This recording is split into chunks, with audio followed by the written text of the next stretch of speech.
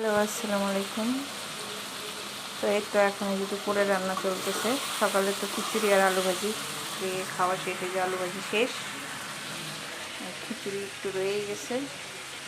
তো এখন এই যে ভাত রান্না করলাম, অল্প করে রান্না করলাম, ঠান্ডা হলে আর খেতে চায় না কেউ। তো এখন এই যে খাসির মাংস ভুনা করতেছি। এই হবে আজকে আমাদের দুপুরের রান্না। আর তারা শালাদুলা ভাই ওই যে রুমে বসে কম্পিউটার টিপতেছে, শালাদুলা ভাই বসে বসে গল্প করতেছে, আর আমি এখানে এই যে রান্না করতেছি।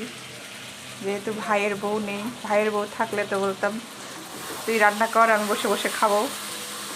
তো এতদিন তো হোটেলে হোটেলে খাইলাম, হসপিটালে খাইলাম। তো এখন ভাবলাম যে না, আসছি, ভাইটাও একটু বাড়ির খাবার খাক, স্বাস্থ্যকর খাবার খাক। আর আপনাদের ভাইও আবার আমার হাতের রান্নাটা অনেকদিন থেকে মিস করতেছে। এই জন্য ভাবলাম আর কি যে আপনার ভাই রান্নাটা করি, আপনার ভাইয়াও মজা করে খেতে পারবে, আমার ভাইটাও পছন্দ করে আমার হাতের রান্না বেশ। এই আর কি ভাবলাম আপনাদের সাথে শেয়ার করি।